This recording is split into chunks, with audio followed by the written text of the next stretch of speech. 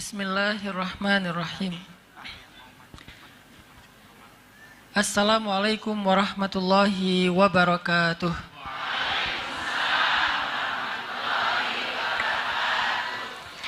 Alhamdulillahi rabbil alamin.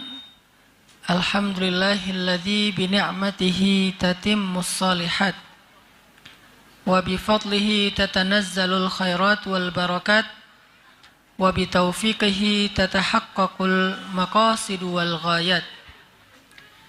Asyhadu an la ilaha illallah wahdahu la syarikalah wa asyhadu anna Muhammadan abduhu wa rasuluhu la nabiyya ba'dah.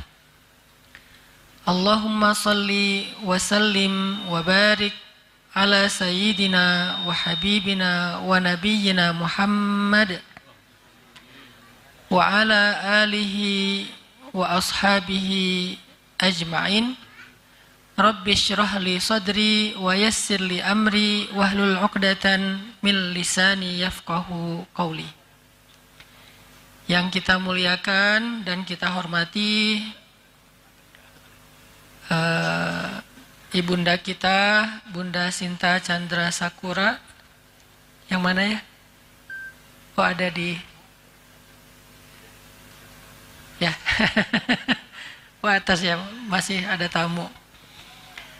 Kemudian Bapak Fauzi Yunianto, owner dari Brownies Cinta.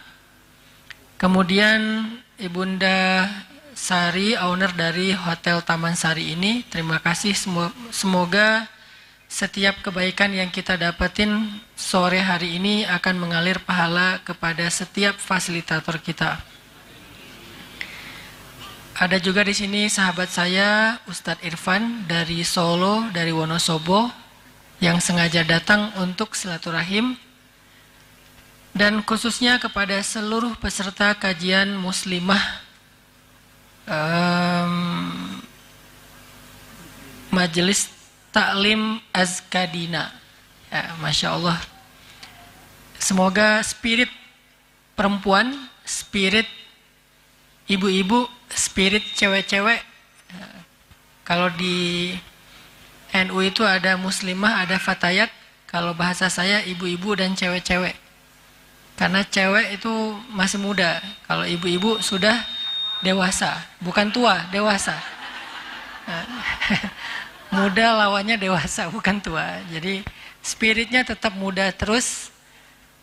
Dan biasanya segala sesuatu itu kalau udah campur tangan ibu-ibu itu udah beres. Banyak hal kalau perempuan udah ikut campur tangan bukan jadi rumit, malah jadi mudah. Dan memang perempuan itu lebih kuat daripada laki-laki. Laki-laki itu kalau disuruh ngasuh anak sejam aja itu udah ngeluh ya. Dia ngomongnya saya capek kerja segala macam. Seolah-olah pekerjaannya di luar rumah itu lebih berat daripada tugas istri di rumah. Coba suruh balik. Perempuan sanggup kok kerja seharian di luar rumah. Tapi laki-laki nggak sanggup ngasuh anak walaupun cuman setengah hari di rumah. Pasti ngeluh tuh. Suruh gendong anak tuh. Gendong pakai 2 tangan, padahal tenaganya lebih kuat daripada perempuan. Tapi dia ngeluh. Sementara perempuan menggendongnya di dalam rahim sampai nyesek, sampai susah berdiri, sakit tulang punggung, susah duduk, susah tidur, susah berbaring. Tapi alhamdulillah anaknya banyak ya. Nggak pernah kapok. Anak 1 trauma, akhirnya nggak mau hamil lagi. Enggak tuh. Ini menunjukkan bahwa perempuan itu emang kayaknya lebih kuat daripada laki-laki. Kuat apanya? Bukan kuat fisiknya. Kalau fisiknya memang fitrahnya laki-laki lebih kuat daripada perempuan. Tapi apa yang menjadikan perempuan lebih tangguh daripada laki-laki? Kuat cintanya. Cintanya sangat besar. Sehingga ketika kita bicara tentang keluarga yang penuh cinta, maka orang yang pertama yang harus kita ajak bicara itu adalah perempuan. Laki-laki nggak punya rahim, betul ya? Kan nggak ada laki-laki yang punya rahim. Yang punya rahim itu perempuan. Rahim itu bahasa Arab yang dipakai sama orang Indonesia. Dari kata rahmah. Rahmah itu artinya kasih sayang. Rahim artinya yang memiliki banyak kasih sayang. Kenapa kok kata rahim ini disematkan kepada perempuan? Karena memang yang punya kasih sayang yang besar itu adalah perempuan. Ibu, istri, guru. Guru itu kalau ustazah atau guru yang perempuan itu emang menangani murid atau santrinya beda sama guru yang laki-laki. Dia mungkin tidak mengajarkan wawasan, dia nggak ngajarin teori, dia nggak ngajarin rumus, tapi ada satu hal yang dia ajarkan lebih daripada ustadz ataupun guru-guru laki-laki. Dia mengajarkan cinta. Itu juga yang menjadikan seorang ibu lebih berkesan di hati seorang anak daripada ayahnya, walaupun dua-duanya orang yang istimewa bagi anak. Tapi kenapa ibu ini berkesan sekali? Kalau udah ngomongin tentang ibu, semua orang itu terharu. Kalau udah mendoakan ibu, semua orang berkaca-kaca matanya. Kenapa? Karena dia punya sesuatu yang luar biasa yang Allah titipkan melalui dia, yaitu cinta. Sehingga kalau misalnya kita mau bicara tentang rumah tangga yang penuh rasa cinta, maka orang yang paling mampu membangun rumah tangga seperti itu adalah perempuan. Orang yang paling mampu mewujudkan rumah tangga yang penuh cinta itu nomor satu adalah perempuan. Laki-laki itu punya cinta, tetapi rasa tanggung jawabnya yang lebih besar. Kadang dengan tanggung jawab yang besar itu dia tidak mampu memberikan cinta yang besar, kecuali cinta dalam diam. Tapi cinta dalam bentuk kasih sayang, dia tidak bisa memberikan yang besar karena tanggung jawabnya banyak. Laki-laki itu tanggung jawabnya bukan cuma keluarga, Bu. Kalau ada laki-laki yang hidupnya hanya untuk memenuhi kebutuhan keluarga, itu laki-laki sayang banget mubazir. Karena laki-laki itu fitrahnya dia adalah rijal. Rijal itu kesatria, punya tanggung jawab umat selain tanggung jawab keluarga.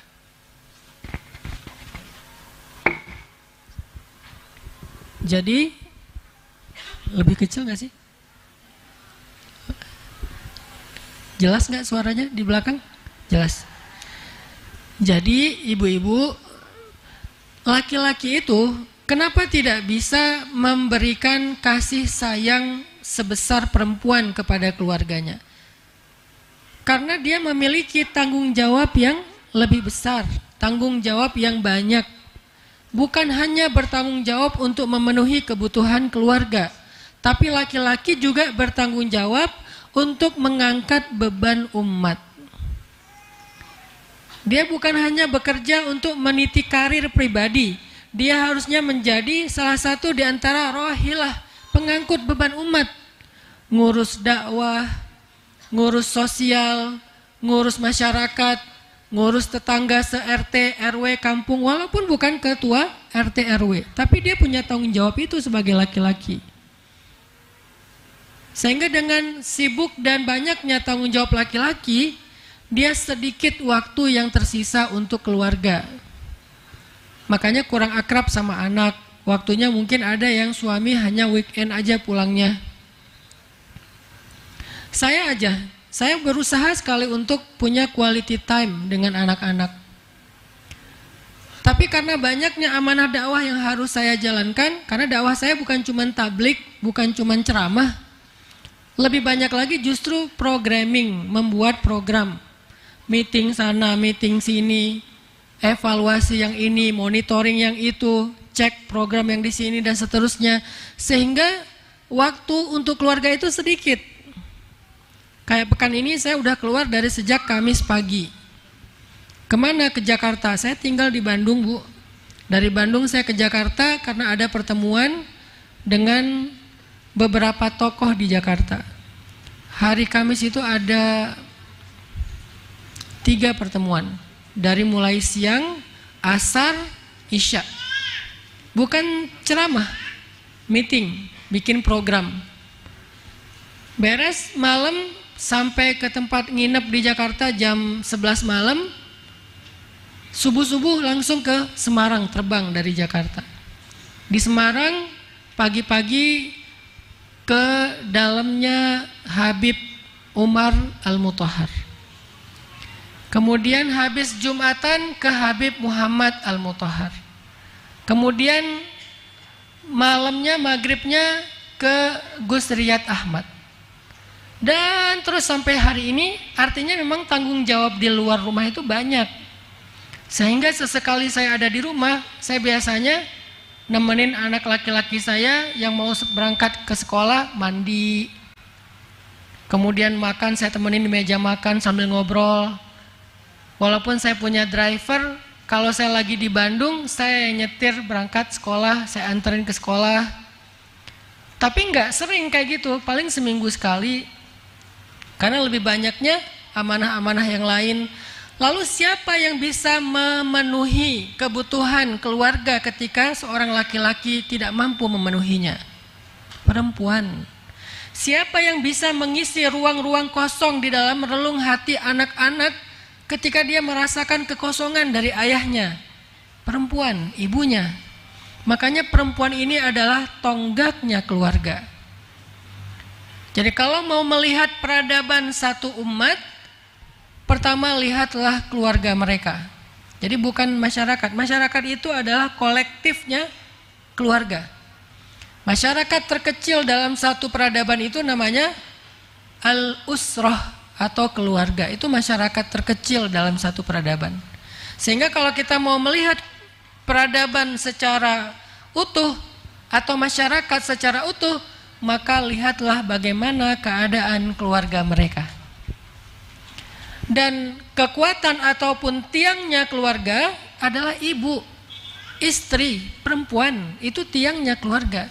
Sehingga kalau perempuan ini lebih sibuk tiktokan, kalau perempuan ini lebih concern tentang skincare, dia update banget gitu info tentang skincare yang terbaru ya. Salah nggak? Nggak salah. Tapi sekonsen itu nggak dia tentang kebutuhan keluarga yang lainnya. Pendidikan anak, kasih sayang kepada suami. Tapi kan Ustaz, skincare bagian dari kasih sayang ke suami. Bagus kalau niatnya ke sana. Tapi jujur nggak, kalau setiap suami mau pulang kita dandan dulu. Dandan kok Ustaz? Pakai apa? Daster? Lebih dandan mana kita ketika mau ketemu suami sama pengen keluar rumah? Kalau mau jujur, lebih dandan keluar rumah. Lebih atraktif mana kita fit call sama suami atau di depan kamera TikTok? Pernah nggak kita ngirim foto kita yang udah dikasih banyak filter ke suami? Udah diedit matanya segala macam, filter sampai berlapis-lapis. Sampai pas dilihat sama suami, mah ini avatar siapa? Udah bukan lagi kita, udah jadi avatar. Karena pakai AI, pakai teknologi filter, diedit sana sini, kirim ke suami. Seperti orang ngirim fotonya dan diposting di sosmed. Jadi kalau perempuan, kalau istri, kalau ibu lebih sibuk dengan dunia sosmed, dunia maya daripada keluarganya, berarti tiangnya ini bengkok. Atau tiangnya ini rapuh. Atau tiangnya ini tidak tegak berdiri untuk menopang keluarganya. Karena dia lebih sibuk dengan di luar rumahnya daripada di dalam rumahnya. Memang dia fisiknya ada di rumah, tetapi sinyalnya keluar.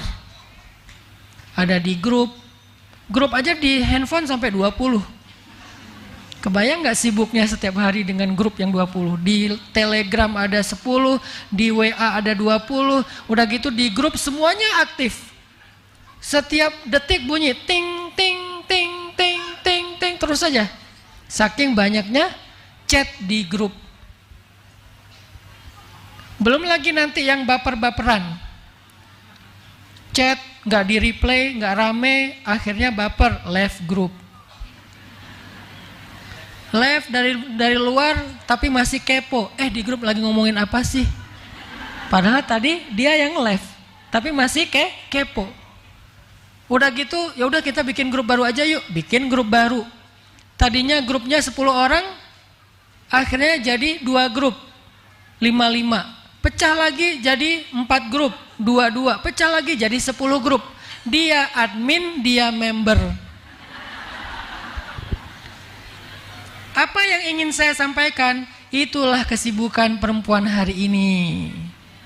Itulah kesibukan perempuan hari ini. Sibuk dengan grup, sibuk dengan TikTok, sibuk dengan IG, sibuk dengan skincare. Walaupun semua kesibukan itu adalah hukumnya mubah, boleh, nggak ada yang larang. Itu karena semuanya bagian dari muamalat. Muamalat itu hukum dasarnya ibahah, boleh-boleh aja.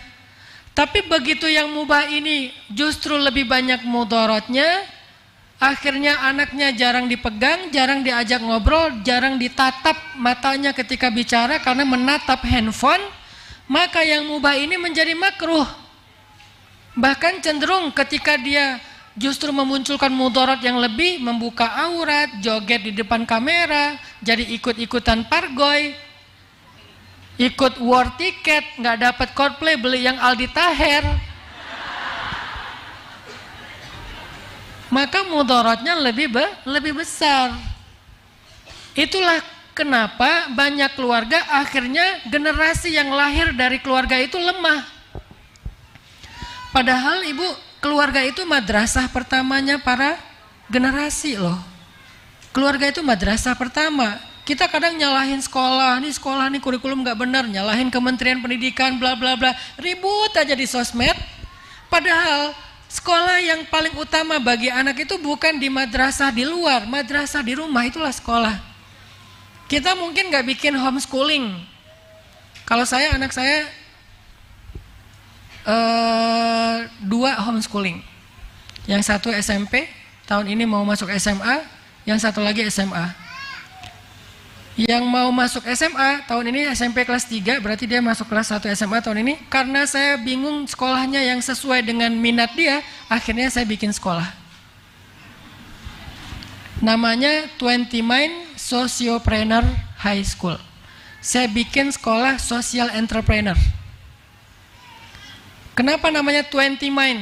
Karena targetnya success before 20. Dia bisa jadi CEO, jadi pengusaha yang hafiz Al-Quran sebelum usia 20 tahun. Dan itu bisa, mudah. Jadi di sekolah kita itu, kita seleksi yang anak-anaknya jiwanya itu out of the box. Nggak mau yang mainstream, nggak mau, pengennya yang aneh-aneh. Justru kita kumpulin banyak orang aneh, ngumpul nih orang aneh, jadilah sekolah aneh. Namanya sekolah 20 Mind, gratis. Pas anak saya TK mau masuk SD, bingung nih SD yang sesuai dengan ini idealisme saya apa? Bikinlah sekolah SD. Namanya Sekolah Rimba Indonesia.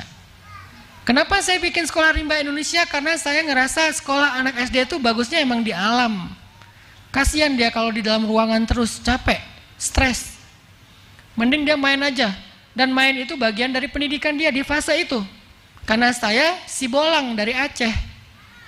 Di depan rumah saya laut, di belakang rumah saya gunung, di antaranya sungai. Habis tuh alam kita explore, dan itulah pendidikan terbaik. Hasilnya apa? Mentality. Nggak gampang nyerah, nggak gampang baper, tangguh dalam menghadapi ujian masalah hidup. Kenapa? Karena hidupnya tadi dengan challenge yang ada di alam, explore. Mentalnya, karakternya, hard skillnya, life skillnya. Kita dari kecil itu udah manjat pohon kelapa, metik.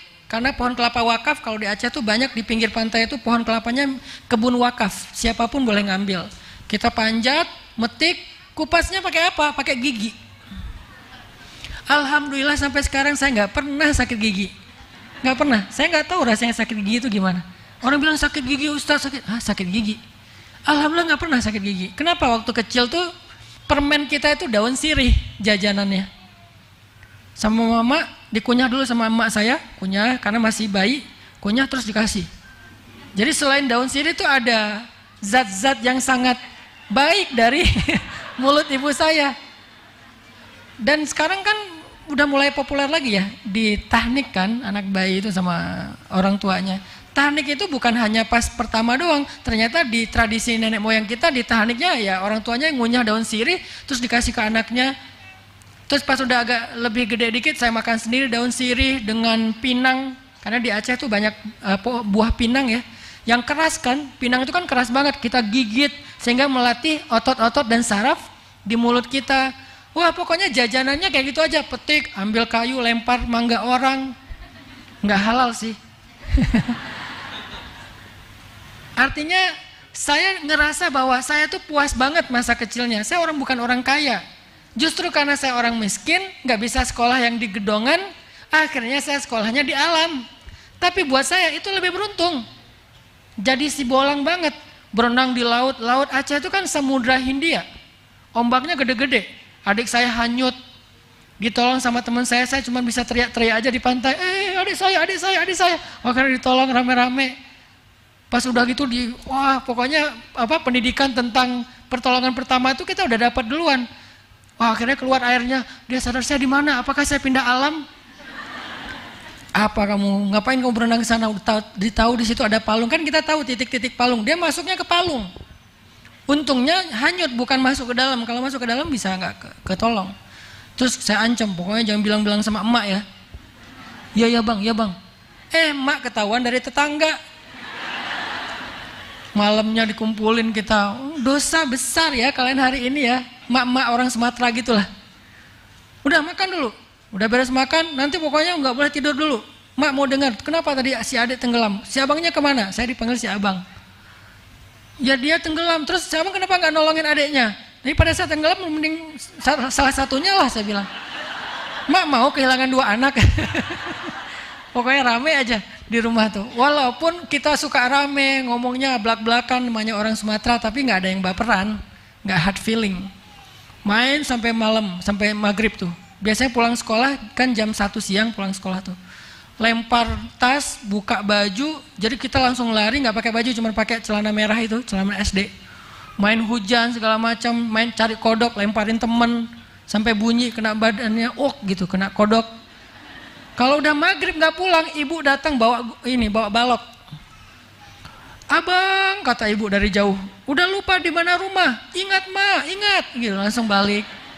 Kenapa kok bawa balok, kok ngeri banget? Gak pernah kita dipukul, itu cuma gertak doang. Artinya saya pengen anak saya belajarnya kayak gini nih. Belajarnya di alam, belajarnya bersama alam, mengikuti kurikulum alam. Apa kurikulum alam? Siklus. Akhirnya saya bikinlah sekolah rimba Indonesia. Belajar dari alam, bukan belajar di alam, tapi dari alam. Karena kita belajar kurikulumnya alam. Gratis. Saya nggak mau bikin sekolah yang mahal-mahal, bikin sekolah gratis. 9 hektar kawasannya punya stable berkuda sendiri, coba. Sekolah mana yang gratis punya stable berkuda?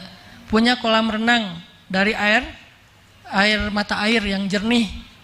Punya farming, punya program living with the nature.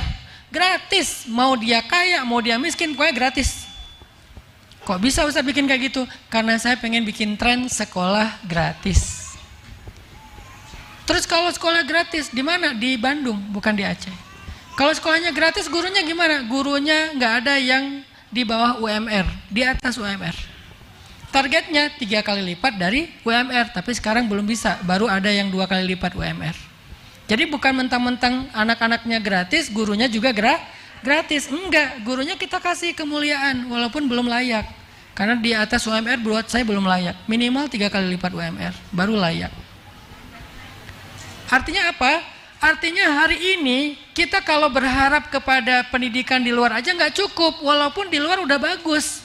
Sekolah-sekolah unggul udah banyak. Ada satu yang nggak bisa diberikan di madrasah di luar, yaitu kasih sayang. Di mana dia dapatkan itu? Dan kasih sayang itu pendidikan, bukan sekedar semacam emosional, semacam perasaan. Enggak, kasih sayang itu pendidikan penting. Orang kalau cukup kasih sayangnya, dia akan tumbuh dengan pertumbuhan yang sangat ideal. Kalau kurang kasih sayangnya, mau dia jadi profesor, tetap aja nggak ideal. Mau wawasannya, teorinya, kejeniusannya di atas rata-rata, kalau kurang kasih sayang justru bahaya.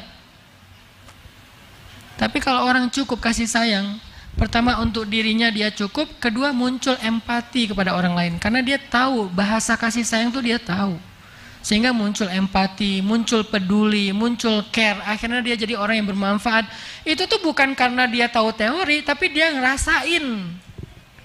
Jadi sejak kapan untuk jadi orang bermanfaat itu harus punya gelar? Itu pendidikan sekuler itu. Untuk jadi orang bermanfaat, untuk jadi orang sukses harus punya gelar. Itu pendidikan sekuler. Tapi kalau gitu nggak penting gelar, penting. Tapi nggak ada yang lebih penting daripada kasih sayang yang membangun karakter dasarnya seseorang. Itu yang menentukan seseorang sukses apa enggak. Karena orang yang punya gelar tapi karakternya ngejengkelin, banyak orang yang nggak akan mau bekerja sama dengan dia. Dia akan jadi orang yang terasingkan, walaupun gelarnya tinggi. Karakternya nggak bagus, bikin orang ilfil. Dan itu banyak seperti itu juga. Gelarnya tinggi, ijazahnya luar biasa, ilmunya banyak. Tapi karena orangnya nggak bisa bergaul dengan bahasa kasih sayang, nggak humble, apapun yang dia lakukan itu nggak mendatangkan manfaat, malah mendatangkan mudarat. Jangankan di dunia karir, dalam dakwah sekalipun kayak gitu, ibu-ibu. Orang dakwah nih, ustadz, doktor, profesor, syekh, apa misalnya gelar apa akademik agamanya. Kalau akhlaknya nggak humble, dakwahnya nggak dengan kasih sayang, dakwahnya justru maki-maki orang, menjatuhkan orang lain, menghina orang lain, menyalah-nyalahkan orang lain, itu dakwahnya bukan malah menyambung ukhuwah, malah merusak ukhuwah. Akhirnya terjadi lagi keriuhan, terjadi lagi polemik di antara tubuh umat. Kenapa? Kayaknya karakter dan kurangnya kasih sayang dalam masa pertumbuhannya. Maka madrasah yang nomor satu terpenting bagi pertumbuhan seorang anak itu adalah keluarga. Dan keluarga itu murabbi atau mentor atau mursyid atau guru yang paling berpengaruh dalam pendidikan madrasah keluarga itu adalah ibu, istri, perempuan. Kalau orang tua, kalau ayah gimana? Kalau ayah itu kepala sekolah, dia nggak terjun langsung ke dalam pendidikan. Dia hanya memanage pendidikan, memprogram pendidikan, kepala sekolah. Sesekali doang dia ketemu sama muridnya. Tapi seringnya yang dailynya adalah ibu yang menjadi wali kelas guru bagi anak di dalam madrasah keluarga. Itulah kenapa ketika Allah mau ngasih kita contoh generasi yang baik, Allah nggak ngomongin sekolah, tapi Allah ngomongin keluarga. Siapa generasi terbaik itu? Sayyidah Maryam. Sayyidah Maryam itu seorang anak perempuan yang paling hebat, yang paling sempurna, yang pernah ada di muka bumi. 4 di antara perempuan sempurna. Ada Khadijah, ada Fatimah, ada Maryam, ada Asiyah. Ketika Allah bicara tentang pertumbuhan Maryam itu, Allah bicara apa? Allah bicara keluarga yang kita kenal dengan nama keluarga Imran. Jadi nama surat Ali Imran. Ternyata pertumbuhan Sayyidah Maryam itu karena dia tumbuh dari keluarga yang paling ideal, yaitu keluarga Imran. Fataqabbalaha rabbuha biqabulin hasanin wa ambataha nabatan hasana. Lalu Maryam tumbuh dengan pertumbuhan yang baik. Bagaimana Maryam tumbuh dengan pertumbuhan yang baik? Nomor 1, dia tumbuh dari keluarga yang baik. Keluarga Imran, ayah yang solih, ibu yang solihah. Kurang solihah apa istri Imran? Istri Imran itu adik kakak sama istri Nabi Zakaria. Kalau di kita itu kayak keluarga kiai. Kalau ini lebih tinggi, keluarga Nabi. Jadi terah keluarganya itu memang orang-orang baik semua. Sehingga istrinya Imran itu bisa dikatakan adalah iparnya Nabi Zakaria, karena adik kakak dengan istrinya Nabi Zakaria. Keluarga soleh-solehah semua. Atau kalau kita bicara tentang Nabiullah Ishak dan Nabiullah Ismail. Nabiullah Ishak dan Ismail adalah dua anak muda yang tumbuh dengan pertumbuhan yang sangat baik. Tahukah kita rahasianya apa? Keluarga. Keluarga siapa? Ala Ibrahim. Keluarga Ibrahim. Keluarga Ibrahim ini uniknya, Nabi Ibrahim meletakkan satu keluarganya di Palestina, satu keluarga lagi di Mekah, jauh. Dulu nggak ada pesawat, sehingga untuk bisa mengunjungi salah satunya butuh waktu berbulan-bulan. Yang uniknya, Nabiullah Ibrahim meletakkan keluarga Ismail, anaknya bersama ibunya di Mekah, yang dikunjungi setelah beberapa tahun sekali. Lama nggak dikunjungi. Tapi kok bisa ya Ismail menjadi anak yang keren banget? Sekeren apa coba? Ketika Ibrahim datang setelah Ismail sudah usia remaja, usia sekitar 14 tahun atau 12 tahun, udah baligh. Tiba-tiba Ibrahim dapat mimpi, dan mimpinya Nabi itu adalah wahyu. Kata Ibrahim, "Ya bunai, wahai anakku tersayang, inni ra'aitul fil manami anni azbahuk." Aku bermimpi bahwa aku menyembelihmu. Fanzur madza tara. Gimana pendapatmu wahai anakku tersayang? Artinya ayah dapat perintah dari Allah. Soalnya mimpi ayah itu wahyu, ayah Nabi. Ayah dapat perintah dari Allah untuk menyembelihmu wahai Ismail. Gimana pendapatmu wahai anakku? Apa kata-kata Nabiullah Ismail? Wahai ayah, if'al ma tu'mar, satajiduni insya'allahu minas sabirin. Ya abati if'al. Wahai ayahku tersayang. Nggak bilang, oh jadi ayah tuh selama ini emang gak suka ya sama aku ya. Drama ya. Gak ada drama. Gak ada dia curhat di sosmed. Aku gak punya ayah. Statusnya di update. Aku kayaknya pergi aja deh. Dunia itu udah gak asik. Gak, dia curhat-curhat di sosmed. Dia bilang, ya abati, wahai ayahku tersayang. Mau disembelih masih bilang tersayang coba. Padahal selama ini bertahun-tahun ayahnya gak ada di dekat dia. Sekali-kalinya datang mau nyembelih.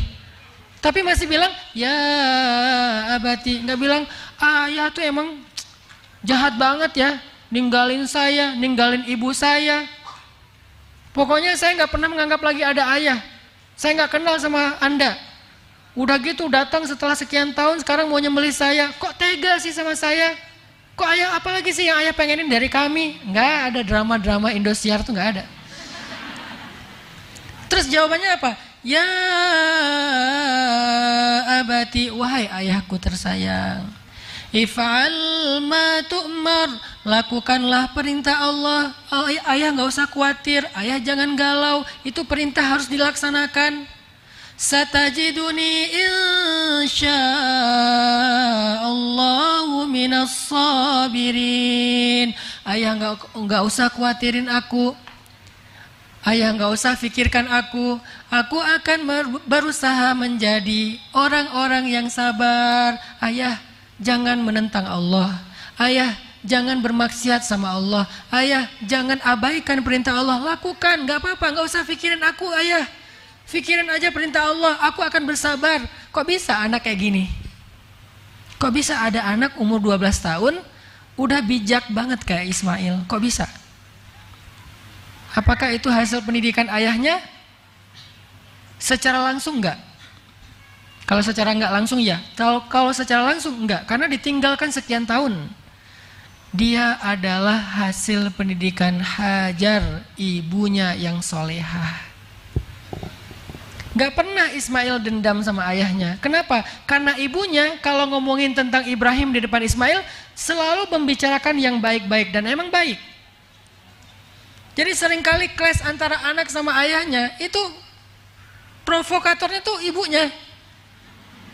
Kamu jangan sampai kayak bapak kamu ya. Nah itu tuh kalimat yang sering anak-anaknya tuh didoktrin, jangan kayak bapak, jangan kayak bapak, jangan kayak bapak. Akhirnya yang dia bayangin bapaknya tuh monster. Nanti bapaknya balas, Mbak, kamu nanti kalau udah gede yang benar ya, jadi perempuan, jangan kayak ibu kamu. Kayak ibu, kayak ibu, kayak ibu, kayak ibu. Akhirnya ibunya menjadi perempuan yang mengerikan di benak anaknya. Ini kerjaan dua orang tua ini. Sedangkan Sayyidah Hajar kalau bicara tentang Ibrahim di depan Ismail, pasti yang baik-baik. Ayah kamu itu seorang nabi, dia itu Khalilullah, dia itu kekasih Allah, dia itu taat banget, dia itu soleh banget, dia bertanggung jawab, dia nggak ninggalin kita nak, jangan pernah kamu berpikir ayah ninggalin kita, itu perintah Allah, ayah tuh nggak tega aslinya, tapi ayah itu harus menjalankan amanah dari Allah. Karena dia seorang nabi, diceritain, dibela Ibrahim di depan Ismail. Sehingga yang terbayang tentang sosok ayah bagi Ismail adalah ayah yang ideal. Apakah kita membicarakan suami kita yang baik-baik di depan anak kita sehingga muncullah sosok ideal walaupun dia jarang ketemu dengan ayahnya? Itulah ibu, peran ibu kayak gitu emang. Jangan sampai dia berpikir gini, ayah nggak hadir pas aku ulang tahun. Sabar ya nak, ayah kamu memang kayak gitu. Kemarin aku tampil di sekolah, ayah juga nggak nonton. Ya ayah kamu tuh lebih memilih kliennya daripada kamu. Terus aku bikin raport, ayah juga nggak hadir ngambil raport aku. Ya itu, ayah kamu tuh memang kalau udah kerja lupa diri. Terus aja ngejelekin ayahnya, sehingga anaknya tuh punya banyak reason untuk membenci ayahnya. Harusnya kita yang memahamkan. Ayah tuh pengen datang banget, ayah tuh kemarin cerita kok sama mama pengen datang banget tapi nggak bisa mengelak, ini ada pertemuan penting. Mama tahu kok gimana ayah sama kamu, dia perhatian kok, dia nanya kok kemarin gimana tampilan kamu, ayah minta di videoin dan udah mama kirim ke ayah dan dia nonton, dia ketawa senang, ceritain yang baik-baik tentang ayahnya. Kalau dia nggak bisa hadir, maka hadirkan dalam rasa cinta. Itu peran perempuan yang penting banget tuh. Jangan kita baper kita dengan suami ditunjukin depan anak. Sebel kita kepada suami, curhatnya ke anak. Mama kenapa nangis? Ya kenapa lagi, masa kamu nanya? Memang ada yang bikin mama nangis di dunia ini selain bapak kamu? Ini akhirnya dia benci banget sama bapaknya. Ya emang fitrah laki-laki itu tanggung jawabnya besar, jarang di rumah, banyak amanah, sehingga nggak banyak waktu seperti perempuan. Maka tugas perempuan nge-backupnya, setelah nge-backup menceritakan figur ayah yang ideal kepada anaknya. Insya Allah juga laki-laki nanti di bab saya ceramah depan bapak-bapak juga kayak gitu. Kalau ngomongin kepada anak perempuan tentang ibunya, bicara yang baik-baik. Supaya dia mengidolakan ibunya sebelum mengidolakan yang lain. Supaya ini mengidolakan ayahnya sebelum mengidolakan yang lain. Anak perempuan supaya menjadikan ayahnya first love-nya dia. Anak laki-laki supaya menjadikan ibunya first love-nya dia. Tapi kalau anak perempuan, siapa orang yang pertama menghancurkan hati kamu? Ayah. Anak laki-laki, kapan kamu pertama kecewa? Aku kecewa sama ibu. Berarti kehancuran hidupnya dimulai dari rumah. Makanya ketika kita bicara tentang Ismail, kok nggak dendam ya Ismail sama Ibrahim? Padahal ditinggal sekian tahun loh. Malah bukan hanya nggak dendam, baik banget sama Ibrahim. Ketika Ibrahim datang mau nyembelih, dia malah sabar. Dia malah meminta ayahnya untuk tegar. Dia yang bilang ke ayahnya supaya tegar. Kok bisa? Oh ternyata itu semua hasil perjuangan Sayyidah Hajar untuk menjelaskan atau membangun sosok ayah imajinatif kepada Ismail tentang Ibrahim alaihissalam. Nanti coba ibu-ibu perhatikan di dalam Al-Quran surat Ali Imran ayat 33 dan 34.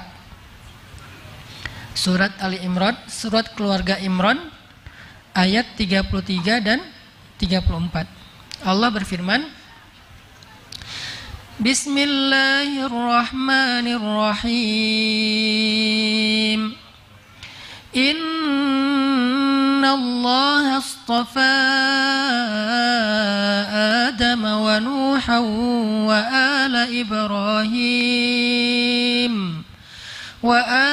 إبراهيم وآل عمران على العالمين ذرية بعضها من بعض والله سميع عليم. Sesungguhnya Allah telah memilih Adam dan Nuh dan keluarga Ibrahim serta keluarga Imran di atas semua manusia yang ada di muka bumi. Sebagian mereka adalah keluarga dari sebagian yang lain dan Allah Maha mendengar lagi Maha mengetahui. Itu yang saya sampaikan tadi. Ternyata ketika Allah bicara tentang generasi, baik generasinya Maryam, Isa dan seterusnya, maupun generasi Ismail, Ishak, Yakub, Yusuf, bahkan termasuk Yusuf juga di surat Yusuf, Allah nggak bicara tentang madrasah, Allah bicara tentang keluarga. Kenapa Yusuf bisa menjadi anak yang tangguh, anak yang sabar, anak yang rendah hati, anak yang ngalah, anak yang bahkan terhormat, terjaga dari fitnah perempuan? Kok bisa Yusuf begitu istimewa? Karena dia mendapatkan kasih sayang yang sangat besar dari ayahnya Yakub alaihissalam. Sayang banget Yakub sama Yusuf, sehingga Yusuf kalau ada apa-apa curhatnya ke ayahnya.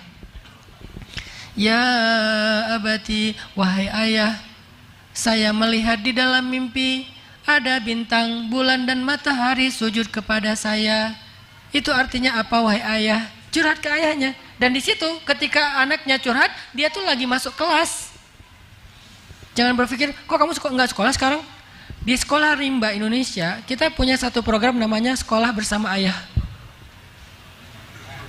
Itu sebetulnya program saya kalau lagi pengen liburan sih. Sekolah Bersama Ayah. Nah, saya yang bikin sekolah ya, jadi gampang ngatur kurikulumnya. Apakah sekolah ini Diknas, Ustadz? Diknas. Namanya itu PKBM, kayak homeschooling. 30%-nya Diknas, 70%-nya kita create sendiri. Nanti ijazahnya resmi kok dari Diknas. Kita punya program namanya Sekolah Bersama Ayah. Ngapain? Anak itu nanti akan diajak oleh ayahnya atau diajak oleh ibunya untuk belajar bersama orang tua. Kadang diajarin tentang profesi ayahnya. Karena saya seorang konten kreator, karena saya seorang influencer, saya seorang selebgram, akhirnya saya ngajak Yahya, kemarin pas lagi ada kesempatan jalan ke Jepang, saya ngajarin Yahya cara ngevlog. Bang, nih bang cara ngambil angle bang, nih bang cara ngedit bang, nih bang cara bikin reportase. Akhirnya dia bikin vlog yang ketika pulang dari Jepang, sebetulnya saya yang ngedit sih. Dia cuma belajar aja jadi kayak mentinya saya. Semuanya saya ngambil video, saya yang ngebrief dia, bang ngomong gini bang, oh nggak gitu bang, ulang lagi bang. Sampai 3, 4, 5 kali ngetek, dia sabar. Lalu saya edit, selesai itu dia presentasi. Belajar public speaking, dia presentasi di depan keluarga dulu di rumah. Udah beres di keluarga, latihan, nanti presentasi di depan guru dan teman-temannya. Aku ke Jepang gini-gini, nih video aku yang gini-gini. Akhirnya dia dapat sebuah skill. Dan itu nggak diajarkan di dalam kelas, itu diajarkan oleh ayahnya sebagai mentornya. Nanti yang ayahnya dokter, ajak anaknya untuk praktek. Ngajarin tentang humanity, tentang empati. Nah, nggak semua orang sanggup bayar. Jadi kalau kita punya keahlian, punya kelebihan, jangan semuanya dihitung. Ini ada nih yang datang nanti sebentar lagi, ini pasien mereka kurang mampu. Tapi kita berikan mereka yang terbaik juga. Diagnosa yang terbaik, resep dan obat yang terbaik. Jangan mentang-mentang nggak bayar, asal-asalan. Diajarin tuh anaknya duduk di meja bapaknya yang dokter. Akhirnya pulang-pulang dia presentasi gimana pengalaman jadi dokter sehari, praktek bersama ayah. Itu program penting banget loh. Makanya dalam beberapa bulan sekali kita punya program Sekolah Bersama Ayah atau sekolah bersama ibu. Saya pernah tuh program sekolah bersama ayah tuh, saya lagi ngecat pagar rumah. Jadi saya minta izin ke guru dan waktunya nggak ditentukan kapan masing-masing orang tua tuh punya jatah 3 bulan sekali lah. Sehingga mereka yang nentuin jadwalnya. Saya minta ke guru, hari ini Yahya nggak usah sekolah ya. Kenapa Ustadz? Karena Yahya pengen sekolah bersama ayah. Oh iya ya Ustadz. Akhirnya kita bikin konten untuk laporan kayak jurnal gitu. Kegiatannya apa? Ngecat pagar rumah. Karena pagar rumah saya itu sering kena air, hujan jadi rusak, ganti kayunya dicat. Kita cari kayu dulu sama Yahya. Terus saya siapin kayunya, yang berat-berat saya ngerjain, yang ringan-ringan dia yang ngerjain, ngecat, ngalusin, ngedempul. Udah gitu dia yang megang, saya yang paluin. Sampai beres seharian udah selesai. Di situ ada bonding, di situ ada hikmah, di situ ada hard skill, di situ ada banyak hal yang dia dapatkan. Itu yang disebut dengan pendidikan keluarga. Karena saya nggak bisa setiap hari, ya sesekali saya ada di rumah, kita bikin program. Atau anak perempuan saya ajak panjat tebing, karena saya pengen semua anak saya tuh punya hobi olahraga. Nggak boleh dia nggak punya hobi olahraga, harus hobi olahraga. Karena olahraga itu penting buat mental, penting buat tubuh dia, endorfin, bla bla bla, nggak gampang stres, nggak gampang bosan, ya harus keringet. Kalau anak laki-laki olahraganya, kalau yang paling kecil Ertuğrul tuh olahraganya adalah reok Ponorogo. Terserah dia deh. Dek, kamu mau apa sih? Beliin aku ini, bah. Dia manggilnya Baba. Beli aku kostum reok. Saya beli di marketplace, murah 60.000, udah dengan kepalanya, dengan baju yang merah putih itu, dengan celana yang ada renda-rendanya. Setiap hari pengen itu. Kalau dia udah kotor dicuci, cucinya siang, sore pakai lagi. Pergi sekolah karena dia masih preschool, belum SD. Pergi sekolah pakai itu juga. Pas di sekolah mau tampil apa? Tampil reok. Tiba-tiba kesurupan katanya. Sampai kesurupan, dia guling-guling di tanah. Saya tanya, "Dek, kamu ngapain?" "Bah, ntar dulu, bah, aku lagi kesurupan." Wah, kesurupan. Loncat. Pokoknya olahraga terserah. Terus anak perempuan yang Mutia, saya tanya, "Mutia mau apa? Mau belajar apa?" "Apa ya?" Kadang-kadang kan anak-anak kan harus diarahin ya, nggak tahu olahraga apa. Ya udah yuk ikut ayah kita belajar climbing aja. Akhirnya dia jadi member climbing.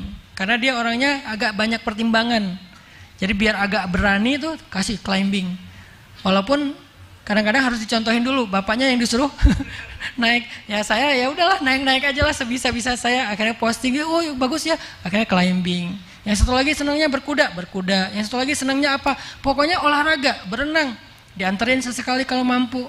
Itu pendidikan yang bisa diberikan oleh ayah, ibu yang lebih berat dari itu. Ayah tuh merasa penting banget, padahal nggak penting sih sebetulnya.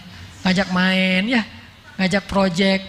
Cuman tetap ada sesuatu yang jadi membangun behavior mereka, membangun karakter mereka. Banyak hal yang terbangun lewat pendidikan ayah. Tapi tetap aja ibu. Kadang-kadang dia sebel sama ayahnya, kadang-kadang dia capek, ayahnya kadang-kadang suka maksa, namanya cowok gitu kan. Ibunya yang ngedorong.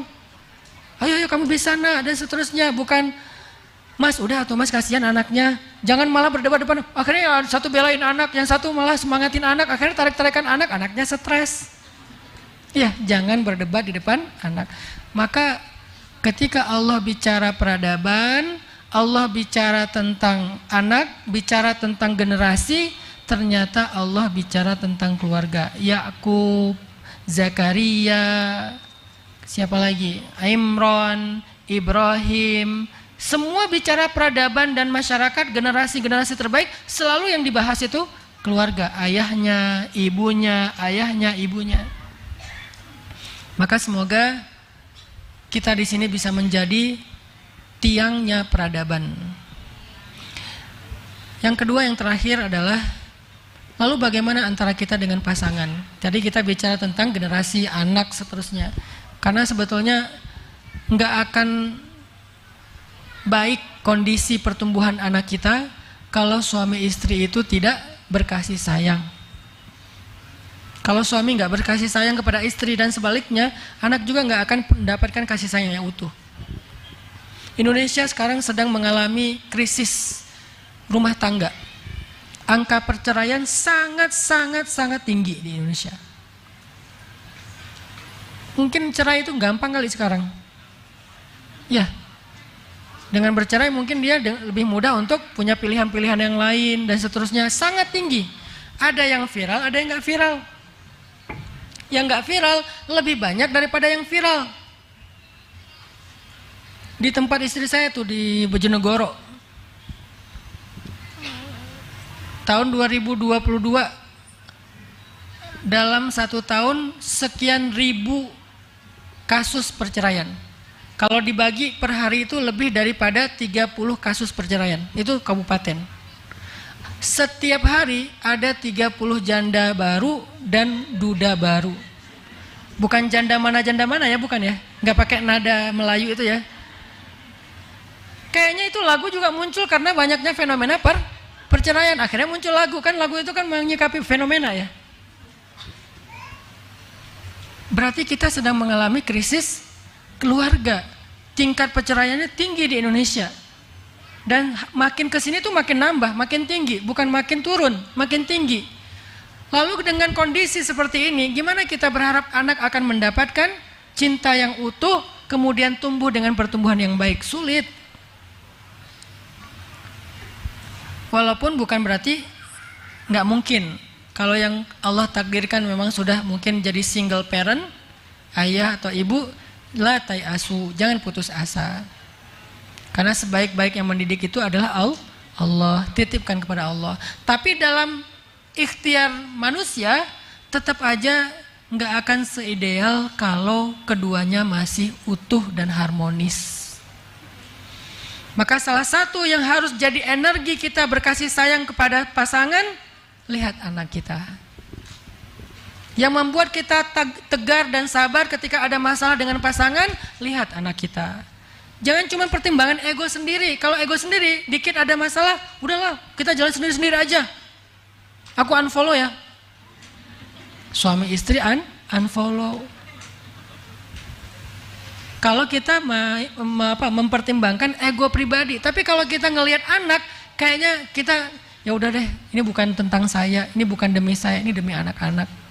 Lebih sabar, lebih tangguh, lebih tabah. Demi anak-anak, nanti aja kalau saya mau benar-benar udah gak kuat lagi, tunggu anak-anak gede. Anak-anak gede, nikah, punya cucu, ini mah demi cucu. Ya, karena biasanya kata orang, saya karena belum punya cucu, gak tahu benar apa enggak nih. Kata orang, lebih sayang cucu daripada anak. Benar gak Bu, ibu yang udah punya cucu? Katanya lebih sayang cucu daripada anak. Oh berarti ada lagi alasan kita bertahan, cucu. Saya nggak mau cepat-cepat anak nikah biar nggak jadi kakek. Kata Aisyah, "Bah, aku boleh nggak nikah habis lulus SMA?" Berarti tahun depan dong Kak. Jangan dong. Ntar bapak dipanggilnya apa dong? Abah. Abah Hanan gitu kan. Nggak mau nanti aja kamu nikahnya umur 40 tahun.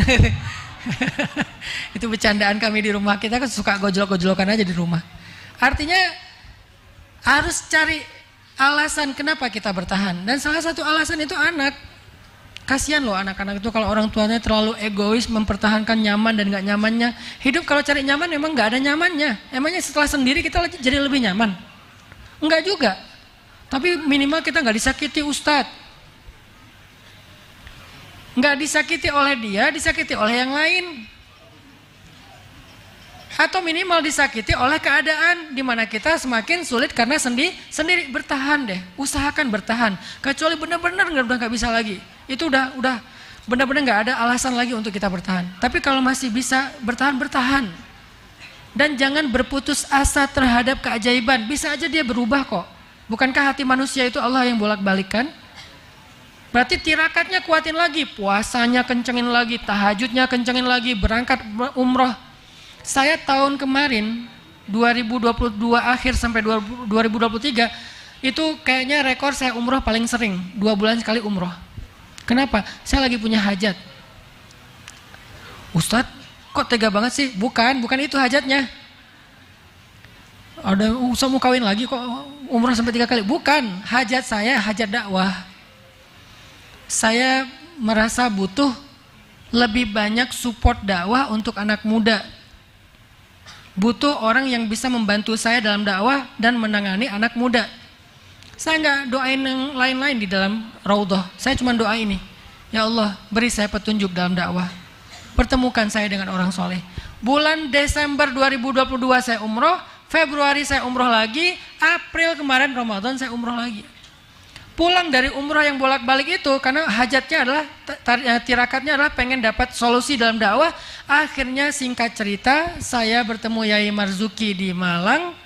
Kemudian saya menjadi murid beliau. Kemudian saya bergabung dalam Madrasah Nahdlatul Ulama. Akhirnya Allah banyak mudahkan jalan-jalan dakwah. Itu hajatnya. Jadi kalau kita punya hajat jangan putus asa. tirakatnya kencengin. Kenapa kita berputus asa dari keajaiban yang ada di sisi Allah? Suami saya kayaknya Ustaz udah nggak mungkin lagi berubah. Emang suami kita Fir'aun? Kan bukan Fir'aun. Orang Asia aja sabar dengan Fir'aun. Sementara suami kita bukan Fir'aun. Mas Fir, bukan Fir'aun, Firman. Namanya Firman, bukan Fir'aun. Jadi kalau Asia saja yang suaminya Fir'aun itu nggak nyerah, bertahan sampai akhir hayatnya, maka siapa kita untuk punya alasan menyerah? Nabi Lut aja, Nabi Nuh aja bertahan sampai Allah yang menyuruh beliau untuk ninggalin keduanya. Maka siapa kita untuk menyerah kepada istri kita? Fikirkan anak, bertahan sekuat tenaga. Kalau kita nggak lagi bisa ngelihat dia, lihatlah anak. Setiap lihat dia sebel, setiap lihat dia sakit hati, setiap lihat dia marah, setiap lihat dia kecewa, setiap dia teringat lagi pengkhianatan, kebayang semua kejahatannya. Jangan lihat. Terus siapa yang dilihat? Lihat anak. Kalau ngelihat anak mirip bapaknya soalnya. Ingat juga.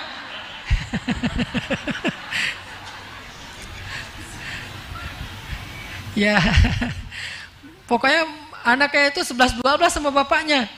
Ya wajahnya, ya gayanya. Jadi sebel saya, ya udah lihat anak yang nomor 2. Anak nomor 2 perempuan, mirip mantan bapaknya Ustadz. Wah, ini rumah tangga apa gitu kan? Kok berat sekali ujiannya. Lihat anak. Insya Allah kalau lihat anak kita lebih sabar, muncul lagi rasa sayang. Tapi jangan lihat anak selamanya ya. Ini hanya untuk sedikit menenangkan kita, menghealing hati kita.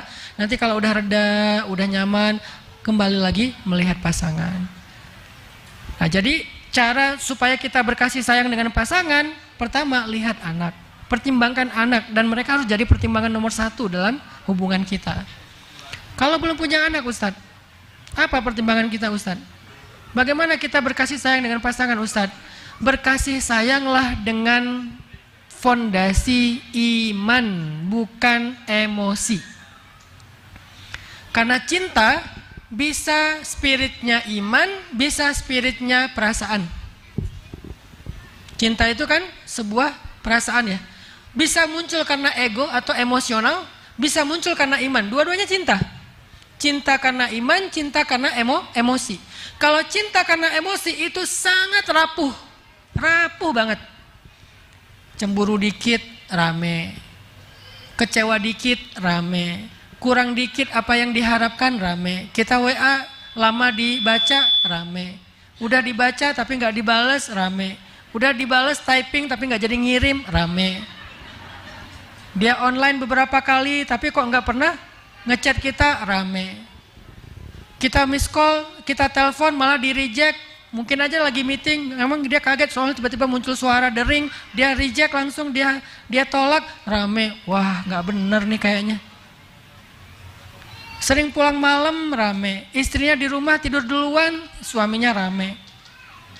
Istrinya di rumah kadang-kadang masaknya nggak enak, suaminya rame, dan seterusnya. Kalau hanya tentang diri kita, perasaan kita, itu cinta itu rapuh banget. Walaupun sensasional, tapi rapuh. Terus cinta itu dibangunnya dengan apa Ustadz? Dengan iman. Gimana membangun cinta dengan iman? Saya mencintai dia karena Allah. Allah yang nyuruh saya mencintai dia. Allah yang nyuruh saya untuk berkasih sayang kepada dia. Sehingga cinta saya kepada dia adalah ibadah. Bukan sekedar seru-seruan, tapi ibadah. Allah yang nyuruh saya mencintai dia. Semakin cinta, semakin bertambah pahala. Sehingga kalau kita mencintai seseorang, mencintai pasangan kita karena iman, karena Allah, nanti ketika ada masalah, kita yang kita pegang itu Allah, bukan orangnya. Ketika ada masalah, kita kembalinya kepada Allah.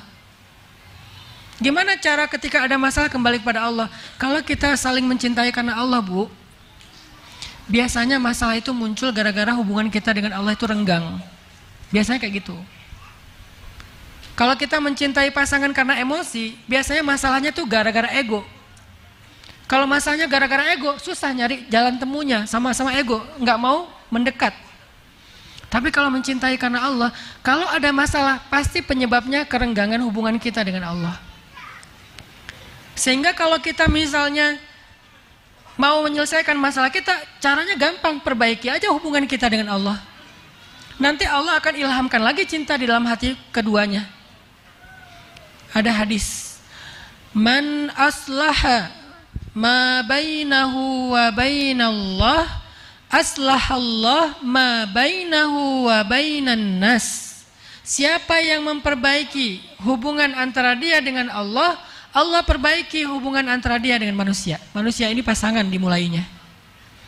Sehingga kalau kita punya masalah dengan seseorang, dengan pasangan, hal pertama yang kita lakukan adalah perbaiki dulu hubungan kita dengan Allah. Nanti Allah yang akan perbaiki hubungan kita dengan pasangan. Kalau cinta dan hubungan kita dibangun atas iman. Dibangun atas iman. Gimana dibangun atas iman? Kalau kita lagi romantis, ajak ngaji bareng, ajak taklim bareng, ajak sholat sunnah bareng, saling ingatin tentang zikir. Itu romantisnya kita itu dalam ketaatan. Sehingga ketika misalnya dia semakin dekat sama Allah, semakin yakin sama Allah, semakin berpihak dan bergantung sama Allah, ketika ada masalah, Allah yang akan beresin hubungan kita. Siapa contohnya, Bu? Nabi pernah menceraikan Hafsah. Nanti ibu-ibu bisa baca cerita ini di dalam Asbabun Nuzul, ayat pertama surat cerai. Apa Al-Quran surat cerai? Surat At-Talaq. Kalau bahasa anak muda, surat diputusin. Surat At-Talaq.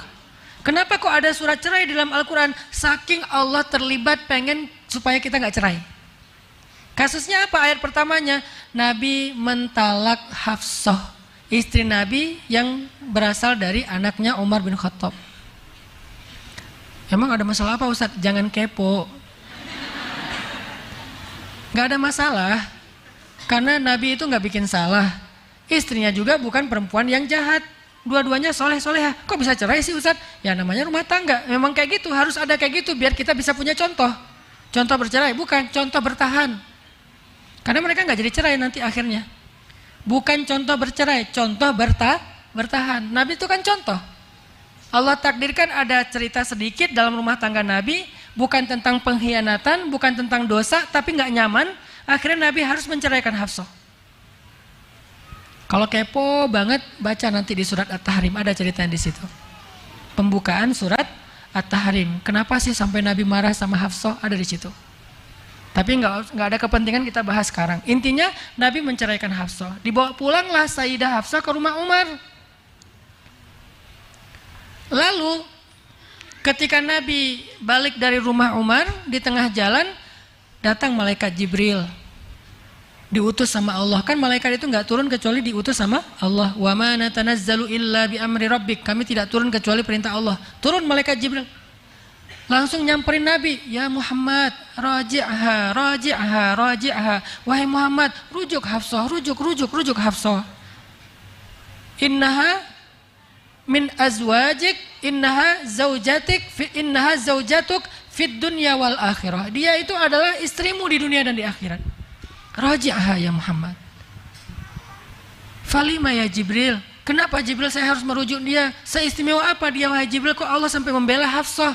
Bayangin, Nabi lagi ada masalah dengan Hafsah, dan Nabi itu kekasih Allah, laki-laki yang paling istimewa, sempurna. Allah cinta banget sama beliau sampai Allah menggandeng namanya dengan nama Nabi, la ilaha illallah Muhammadur Rasulullah.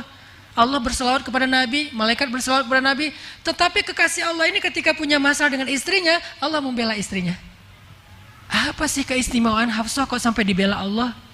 Dan Nabi bertanya sama Jibril, walima ya Jibril, kenapa Jibril kok istimewa banget Hafsah sampai dibela Allah dan saya harus merujuknya ketika saya lagi ada masalah dengan dia? Apa jawaban Jibril? Innaha sawwamah qawwamah. Hafsah itu sawwamah. Sawwamah itu dari kata soimah. Soimah itu apa? Bukan artis. Soimah itu artinya perempuan yang puasa. Itu nama yang bagus tuh. Dek namanya siapa? Soimah Om. Nah, bagus tuh namanya. soimah. Ada yang lebih bagus, bukan soimah, dikasih tasydid, sawamah. Artinya apa? Rajin puasa. Kalau puasa sesekali namanya soimah. Kalau hampir setiap hari puasa namanya sawamah, rajin puasa. Berarti Sayyidah Hafsah itu sawamah, rajin banget puasa. Itu tirakatnya. Itu cinta yang dibangun dengan iman kepada Allah, ketaatan kepada Allah. Innaha sawamah qawwamah. Qawwamah dari kata qaimah. Qaimah itu artinya orang yang berdiri sholat malam. Kalau rajin sholat malam dikasih tasydid, bacanya jadi qawwamah. Berarti Sayyidah Hafsah rajin puasa di siang hari, rajin tahajud di malam hari. Tahajudnya gimana? Selain rajin, panjang tahajudnya Sayyidah Hafsah itu. Kalau nggak lagi malamnya jatahnya Nabi nginap di beliau, maka sholatnya itu panjang. Seberapa panjang? Minimal 1 juz. Kita Al-Ikhlas aja bagi 3. Karena cuman gitu kita baru ikhlas ya. Kalau enggak kurang ikhlas. Ini 1 juz minimal. Panjang sholatnya. Kadang 2 rakaat, kadang 4 rakaat, kadang lebih dari 10 rakaat, kadang kurang dari 10 rakaat. Itu fleksibel. Yang penting bacaannya banyak, panjang. Kenapa? Karena betah berdiri dari tahajud. Ternyata setelah Sayyidah Hafsah tirakat sholat malam dan puasa di waktu siang hari, akhirnya saat ada masalah rumah tangga, Allah membela Hafsah dan mengislah di antara Hafsah dengan Rasulullah SAW. Jadi bangunlah rumah tangga kita dengan ketaatan. Bukan hanya it's my dream mas, not hers.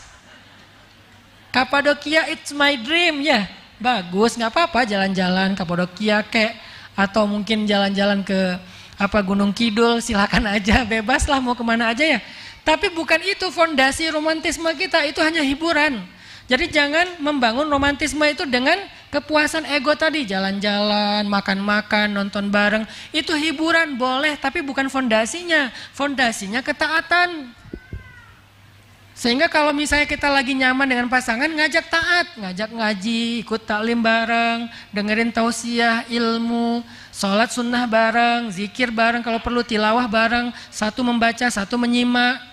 Fondasinya itu membangun rumah tangga yang romantis selain jalan-jalan.